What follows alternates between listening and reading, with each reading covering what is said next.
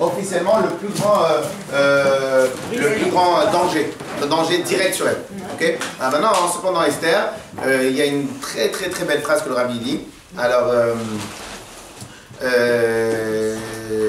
lorsque Haman promulgue le décret, qu'est-ce qu'il y a marqué? Il y a marqué que Mordechai il était sur les portes du palais, et Mordechai il vient tout de suite, il envoie un mot à Esther.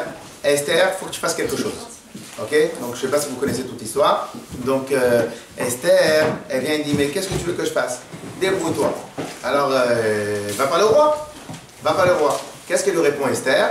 Elle lui répond, mais c'est pas possible. Je suis sa femme, ça fait 1 mois qu'il ne m'a même pas envoyé un texto.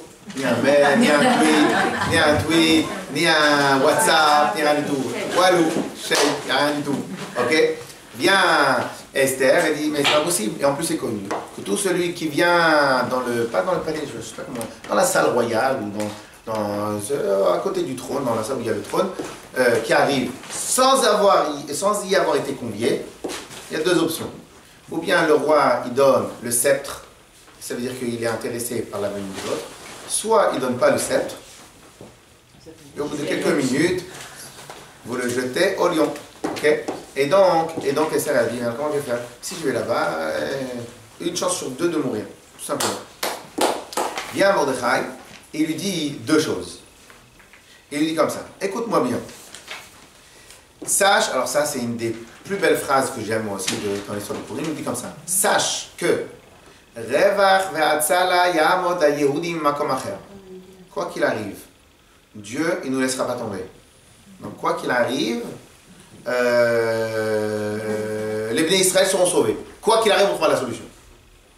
Hachem ne nous laissera pas tomber. Mais toi, que tu n'as pas assisté à personne en danger, toi que tu n'as pas aidé, sache que At ou Bet Avir Tovedu. Toi et la maison de tes parents, Yovedu, vous allez être perdus, vous mourrez ou je ne sais pas quoi. En tout cas, vous serez perdus. Waouh, très grosse menace. Alors au passage, pourquoi j'aime bien cette phrase-là? C'est parce qu'en fin de compte, cette phrase-là, elle est universelle dans tous les domaines. C'est-à-dire que nous, on pense des fois quand on nous demande de l'aide, on croit que la personne a besoin de nous. Mais en fin de compte, c'est pas vrai. Parce que quoi qu'il arrive, la personne a trouvé une solution.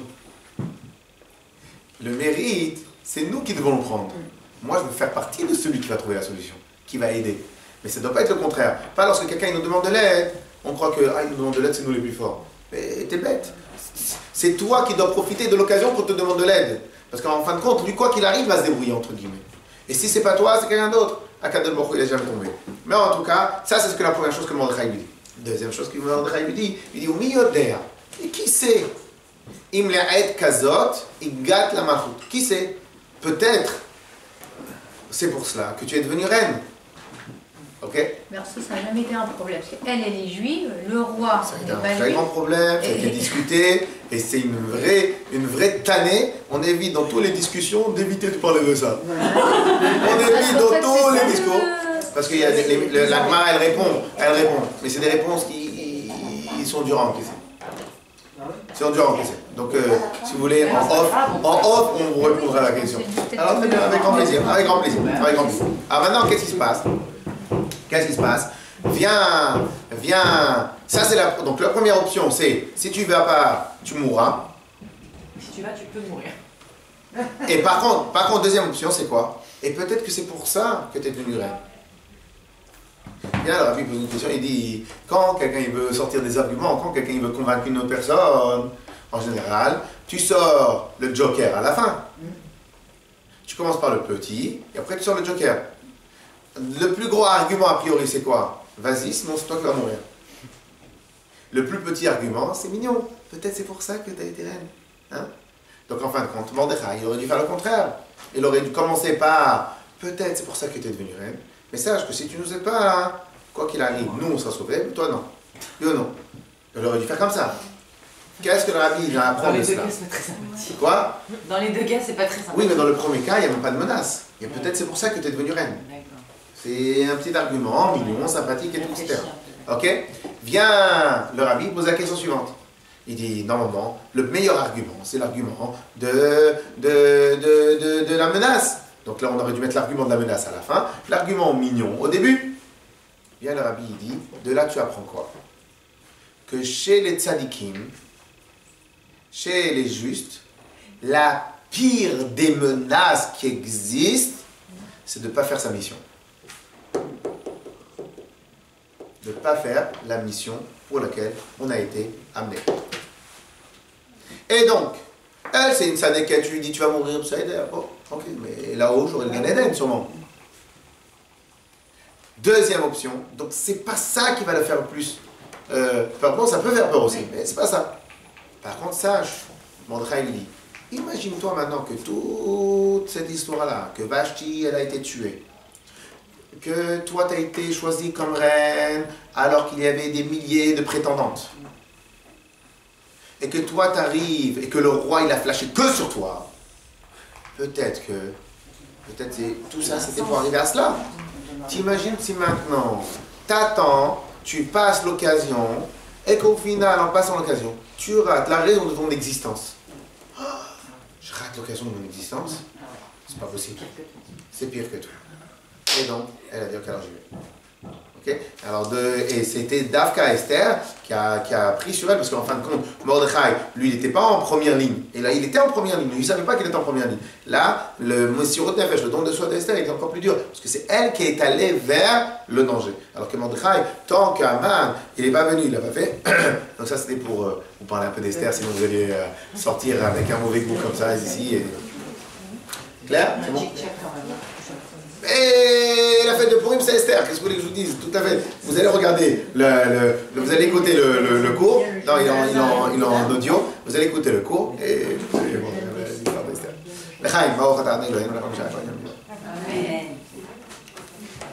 On continue un peu sur notre sujet. Maintenant, vous avez la page qui commence par les shoots.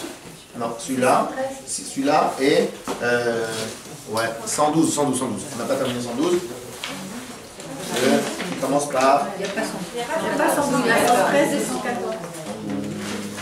Oh, il n'a pas fait gaffe.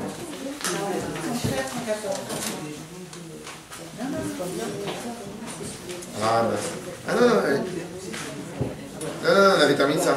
Alors c'est tout en haut de la page, 113. Tout en haut de la page, 113. Ok? La semaine dernière. Alors la semaine dernière, on avait étudié, on avait dit que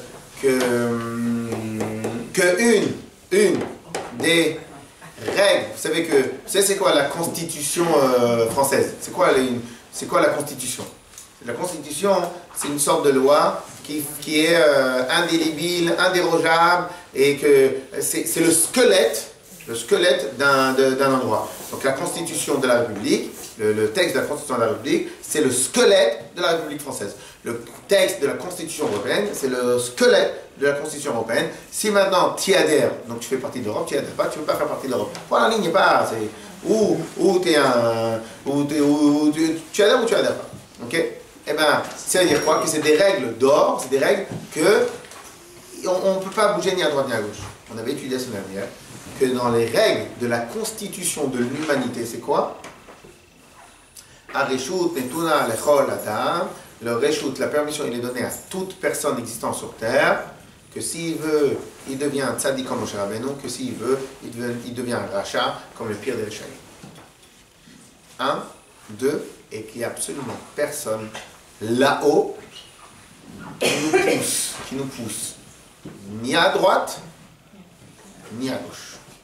Rien. Pourquoi ce principe-là, il est extrêmement important? D'abord pour ce qu'on a dit tout à l'heure dans le premier cours, qui était l'histoire de la punition. En fin de compte, c'est pas de ma faute, c'est de la faute de la Neshama que j'ai hérité de telle et telle personne, etc. Donc ça, c'est des alibis. Tout ça, c'est des alibis. Donc, et surtout, pour une règle très importante. Il y a marqué que Hachem, il est Teva Atov Le'etiv. Sa nature, elle est bonne de base. La meilleure gentillesse qu'on puisse faire à quelqu'un, c'est qu'il ait plaisir. C'est qu'il ait plaisir et qu'il se sente bien, qu'il se sente épanoui. De quelle manière quelqu'un se sent épanoui? Mieux vaut, une des règles de base de l'humain, c'est mieux vaut un petit chez soi qu'un grand chez les autres. Dans la règle de la Gemara dit, une personne préfère une mesure à lui plutôt que 9 mesures à l'autre. Ok? Cela veut dire quoi? Qu'en fin de compte, une des choses que l'être humain aime, c'est d'obtenir ce qu'il doit obtenir par son propre travail et par son propre mérite. Par conséquent, Akadosh Baruch Hu, il a une règle. Tout ce qui va se passer avec toi, eh ben, tu en es l'unique et seul responsable.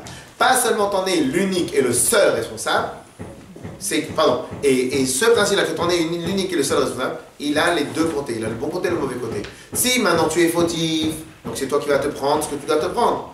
Mais si tu es méritant, eh ben, tu auras une sensation d'épanouissement, tu auras une sensation de... Et donc, pourras te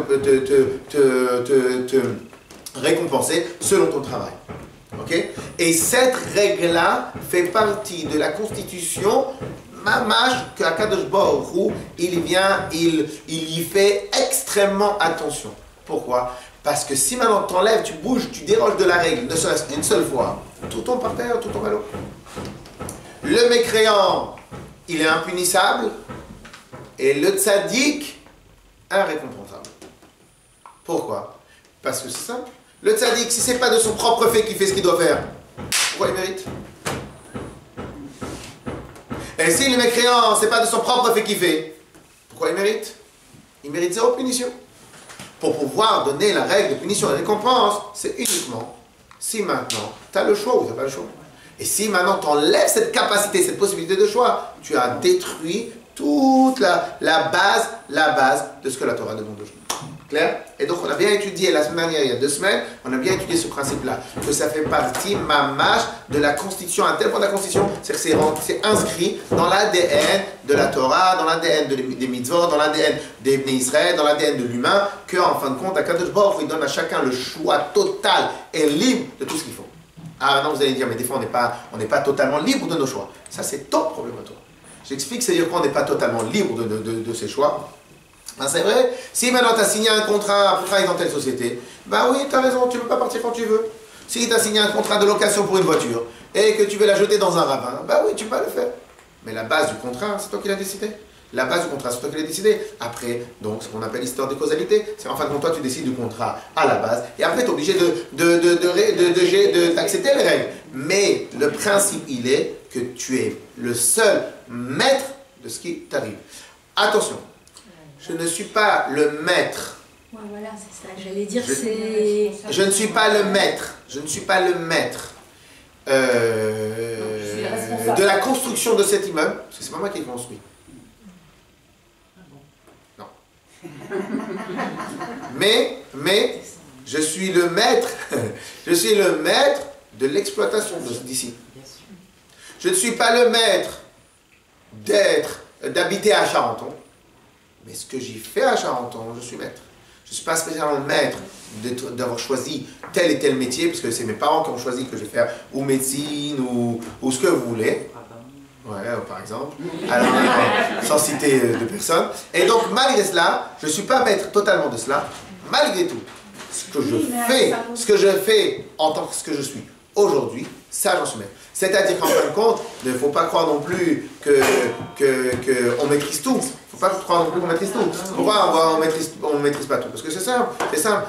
Je ne suis pas maître de la politique macroéconomique de la France. Donc comme je ne suis pas maître, donc dans certains cas, je subis. Très bien. Mais dans ce que moi je choisis, en bien ou en mal vis-à-vis de la Torah, là, il n'y a personne qui m'influence ou qui peut m'influencer ou qui peut décider à ma place. Ça veut dire que les endroits où on se trouve, c'est Hachem qui nous y conduit. Exactement. Exactement. Pour, en fait, et l'autre partie, c'est pour réaliser...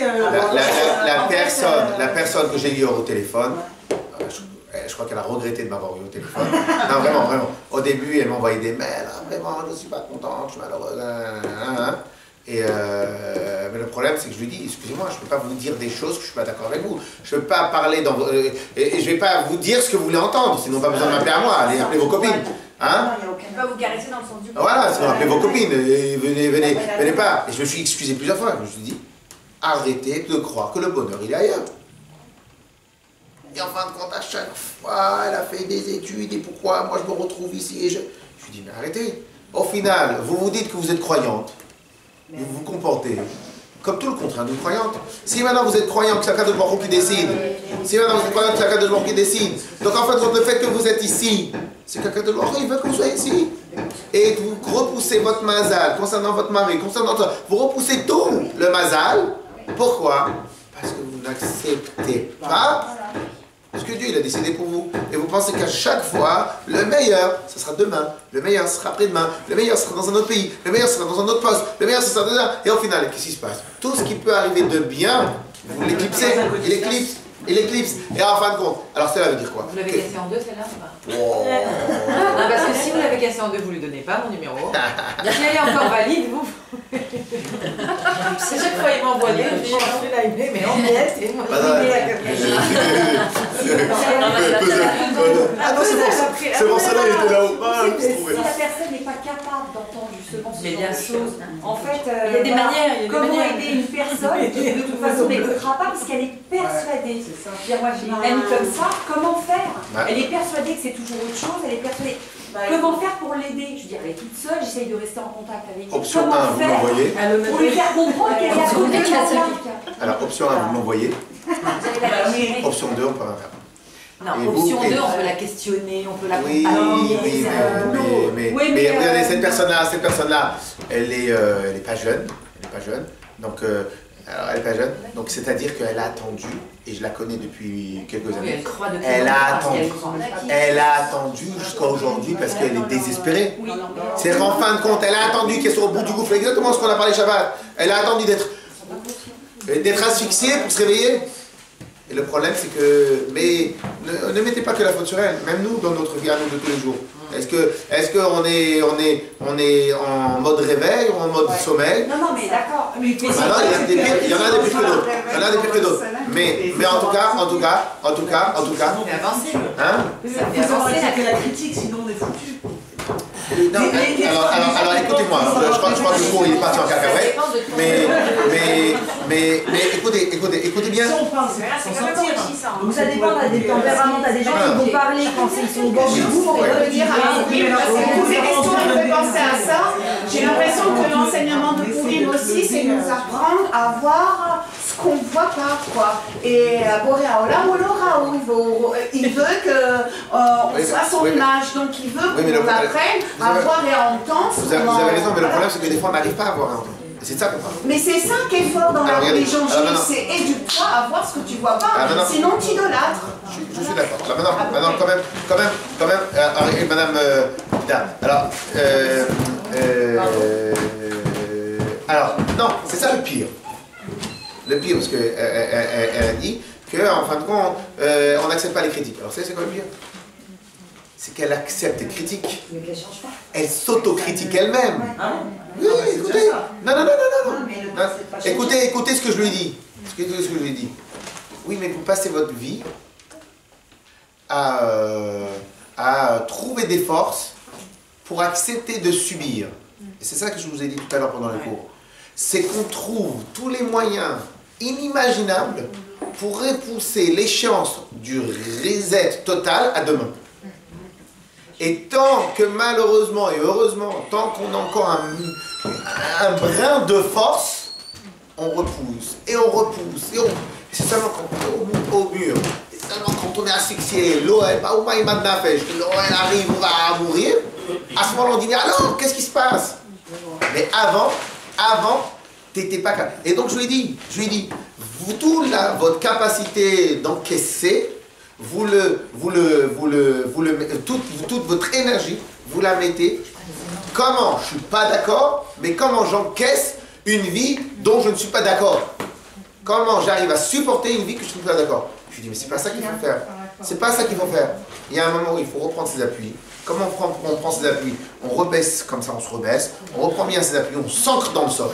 Et à ce moment-là, on se relève. Mais vous ne le faites pas. Pourquoi vous ne le faites pas? Parce que toute votre énergie, vous le mettez dans subir. Une dame, une fois, un problème de shalom bayit. Elle vient. C'est très culturel de faire ça, de se prendre sur soi, de dire bon, ça va passer. Voilà, pour les gens de parler au dernier moment. Je ne sais pas si c'est culturel ou c'est tout simplement humain. C'est tout simplement pendant humain. des années, tu es dans la peau, tu es dans le rôle. Je ne sais pas si c'est Non, culturel. parce que Je pense que c'est humain. Je pense que c'est humain. On veut rien faire. On va rien faire. Il y a marqué comme ça, un esclave, il préfère l'abandon, il préfère ne pas se bouger. Et nous, quelque part, on est esclave de nous-mêmes, on préfère tout faire, on préfère utiliser tout ce qui est dans nos moyens pour absolument rien faire. Ok? Au passage, une fois, alors je reviens après le truc là, au passage, une fois j'ai fait une expérience. Il y avait ça le point. Dès qu'il y a un bébé, c'est terminé, plus personne ne va rien. Ah non, c'est bien.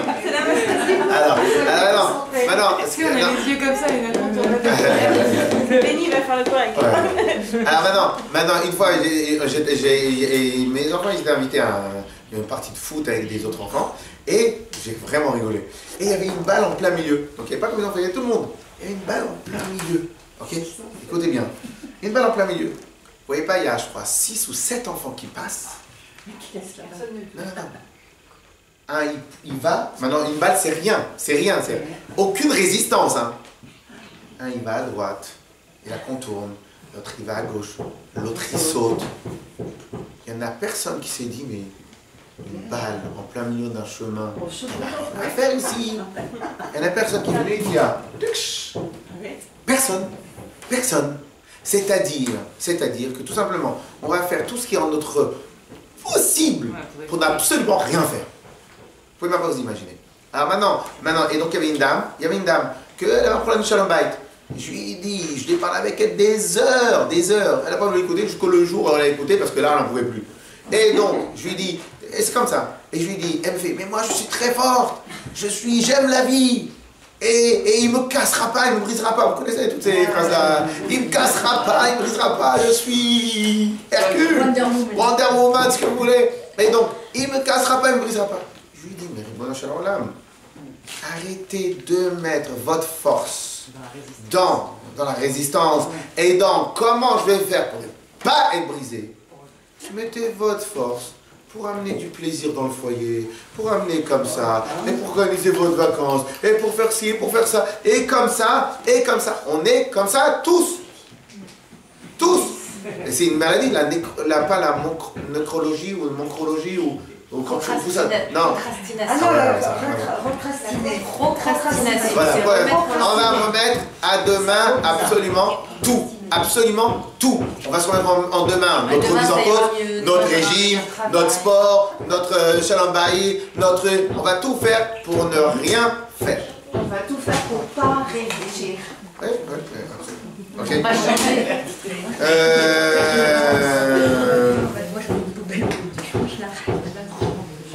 Bon, je vais quand même terminer le CIF mais je ne sais pas si j'aurai le temps dans les mots. On va hein? Dans 2 secondes. Alors maintenant on a dit, juste on termine. Donc on avait dit, mais comme on avait dit qu'Hachem, il ne choisissait jamais pour nous. Donc s'il choisissait, comment il peut ne pas choisir pour nous? Arrête, c'est tout.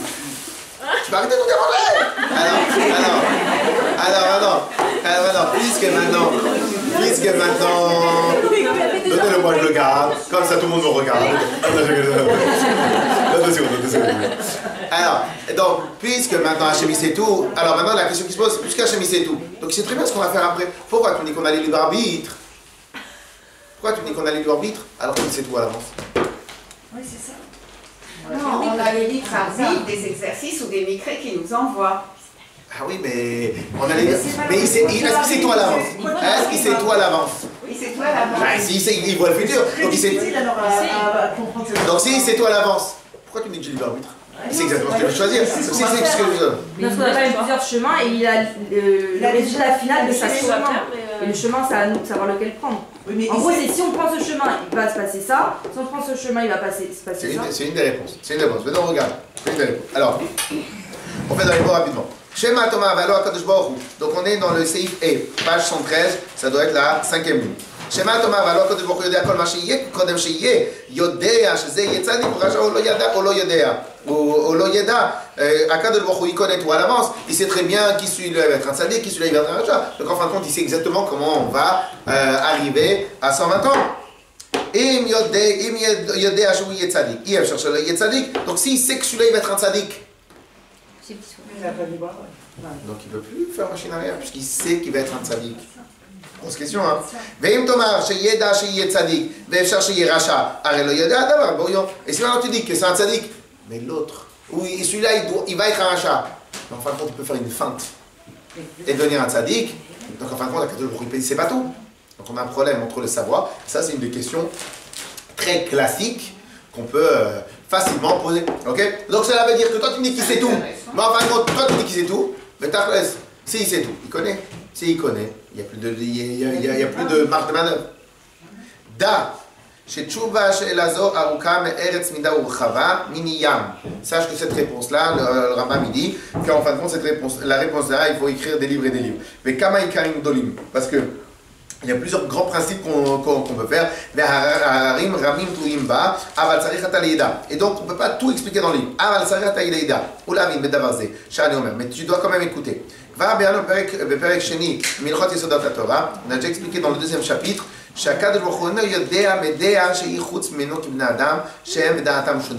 אלא הוא יתעלה שמו ודעתו אחד, ואין דעתו של אדם יכולה להשיג דבר זה על בוריו. הוא חושב שאין כוח באדם להשיג ולמצוא אמיתת הבורא, שנאמר כי לא יראה אני אדם בחי, כך אין כוח באדם להשיג ולמצוא דעתו של הבורא. Alors en fin de compte, le Rambam, il va presque botter en touche.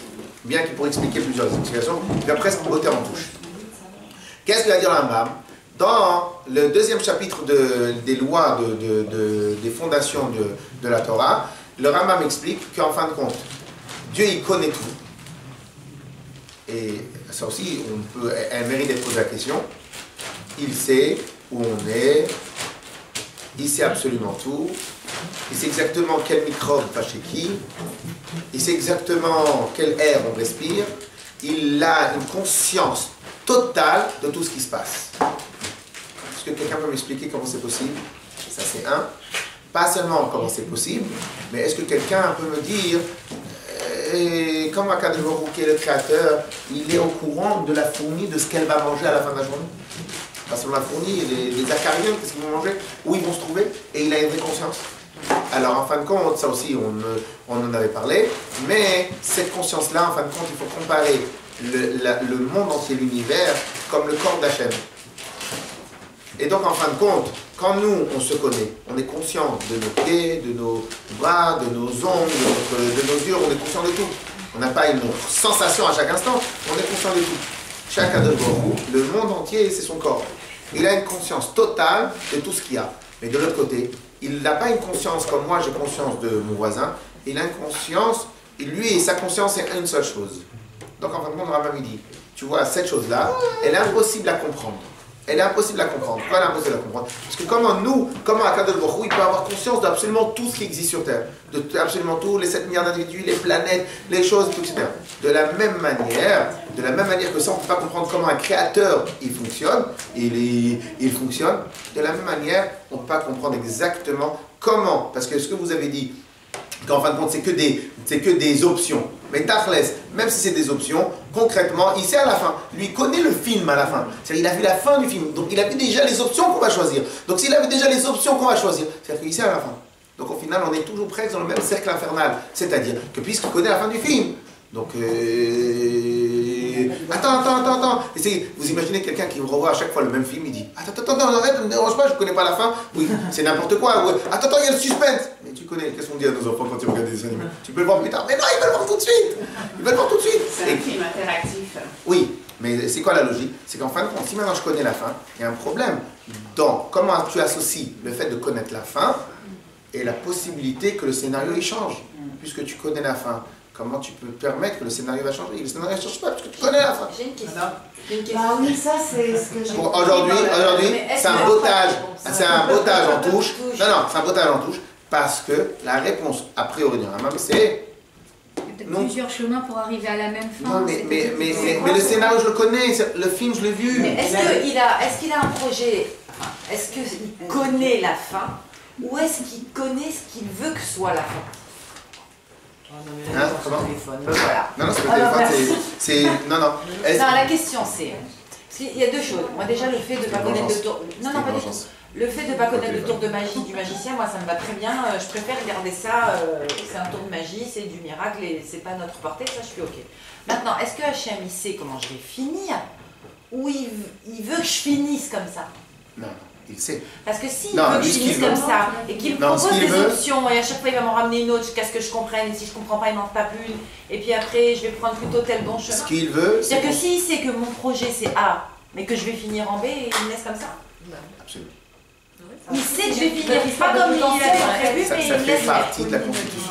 Et Il ne propose pas des fois, vas-y. Non, il vous donne des conseils. Il vous donne des gens autour de vous. C'est ça. Il vous conseille, il vous amène vers. Alors après, si, c'est votre choix. bah oui, mais s'il me projette A et qu'il sait que je vais finir B, qu'est-ce qu'il me propose? Moi, je pense que tout est en mouvement parce que la notion de data IoT, elle est marquée sur la notion. Parce que moi, si son projet c'est A, est très important. Il faut que j'arrive à A. J'ai parlé avec un jeune homme. Il est obligé de trouver n'importe quel travail pour vivre. Je lui dis, il me dit, moi j'ai arrêté l'école à 14 ans, à 15 ans. Et maintenant il s'en mord les doigts. J'ai une question à vous poser. Quand il est jeune, il a 14 ans, il n'y a personne qui lui a dit, il faut que tu te concentres dans tes études. Bien sûr. Sa mère, son père, ses frères. Si, bien sûr. Mais il n'a pas écouté. C'est-à-dire qu'en fin de compte, Akadosh Baruch Hu nous envoie des messages. Mais nous, on n'est pas à l'écoute. C'est ça notre problème à nous. Donc ma question, à nous, c'est qu'on n'est pas à elle est l'écoute. toujours d'actualité. Est-ce que, par exemple, Hachem, il a prévu que ma vie, ce serait ça, et il connaît déjà la fin? Si ça correspond, elle est belle. Mais si ça ne correspond pas, s'il sait déjà que je... Enfin, pas moi, quelqu'un d'autre. S'il sait déjà que l'autre, il ne va pas arriver à ce qu'il avait prévu, c'est des boules quand même. Alors, ne pas confondre le fait de faire Torah et Mitzvot, ok, et avec au final où on va être dans notre vie de tous les jours. Ok, il y a deux parties. Il y a notre mission à nous qu'on doit faire en tant que personne, et il y a servir Dieu. A priori, c'est deux choses qu'on devrait réfléchir à comment bien faire. Okay. C'est-à-dire qu'en fin de compte, moi, je pense qu'Akadosh Baruch Hu, il n'est pas si jeune que ça, il n'est pas né de la dernière pluie, et donc il a un plan pour le monde. Il a un plan pour le monde. Après, moi, j'ai le choix. Est-ce que, vous savez, il y a des gens que quand on les invite dans un endroit, ils sont jeunes au moment d'invitation, ils sont jeunes sur le chemin, ils sont jeunes dans le moment, ils sont jeunes après, et seulement quand ils vont regarder les photos, ils ont dit « Ah, c'était quand même pas mal, c'était quand même pas mal ». Et quand ils vont voir les photos, ils ont dit « Ah, c'était quand même pas mal ». Je dis « Mais là, qu'est-ce qu'on leur dit ?» On leur dit « Mais je comprends pas, quoi qu'il arrive, tu vas y aller, souris ». Mais non, ils n'y arrivent pas. Donc en fin de compte, cela veut dire quoi? Que quoi qu'il arrive, ils n'ont pas le choix d'y aller. Leur choix, il va se résumer à quoi? J'y vais, mais simcha, ou pas. Donc en fin de compte, il y a dans l'échiquier d'Akadosh Baruch Hu, il a son projet pour nous. Après, dans ce projet-là qu'il a pour nous, est-ce que maintenant, on va le faire en son honneur ou en notre honneur? Et donc on va avoir 2 points. Il va nous mettre sur le chemin. Et au final, a priori, ce qu'il voudra, ça va se faire. Mais en vérité, c'est quand même à réfléchir. Je vous donne un exemple. Si maintenant, j'avais fait des études, peut-être que ce que je suis maintenant, je l'aurais été devant le patron de la telle société de pharmacie et le patron de tel truc, etc., et que j'aurais discuté avec eux.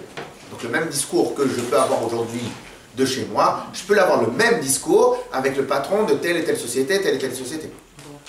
Alors, j'ai d'abord répondu à une personne qui m'a envoyé un mail, j'ai répondu comme ça, il faut dissocier les qualités de la personne et le savoir de la personne. Les qualités de la personne, ils sont presque indélébiles. C'est-à-dire que quelque part, cette personne-là, quoi qu'il arrive, il sera entre guillemets presque comme elle est.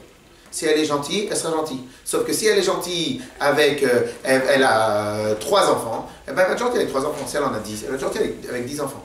Okay? Et si elle est gentille avec 3 enfants, donc ces 3 enfants vont continuer son chemin, mais ils ne sont que 3. Si elle est gentille avec 10 enfants, elle sera gentille et ils vont continuer son chemin avec 10 enfants. Cela veut dire qu'en fin de compte, les qualités que j'ai, il faut les dissocier de l'application de Torah au mitzvot. L'application de Torah au mitzvot, c'est une catégorie de punition, de récompense, de choses, de mérite, de tout ce que vous voulez. Et après, il y a ce que tu vas faire au final dans ce monde-là. Ce que tu vas faire au final, a priori, dans ce monde-là, quoi qu'il arrive, tu vas le faire. Quoi qu'il arrive, tu n'auras pas le choix de le faire. A priori, hein. Quoi qu'il arrive, tu n'auras pas le choix de le faire. Par contre, est-ce que tu le fais pour Hachem? Et est-ce que tu le fais en son honneur? Et est-ce que tu vas être récompensé pour ce que tu fais? Et est-ce que tu vas le faire dans le bien? Et est-ce que tu vas le faire de la meilleure manière? C'est sur ça que tu vas être jugé. à réfléchir. On le retravaillera la semaine prochaine. En tout cas, la réponse officielle, c'est qu'il n'y a pas de réponse.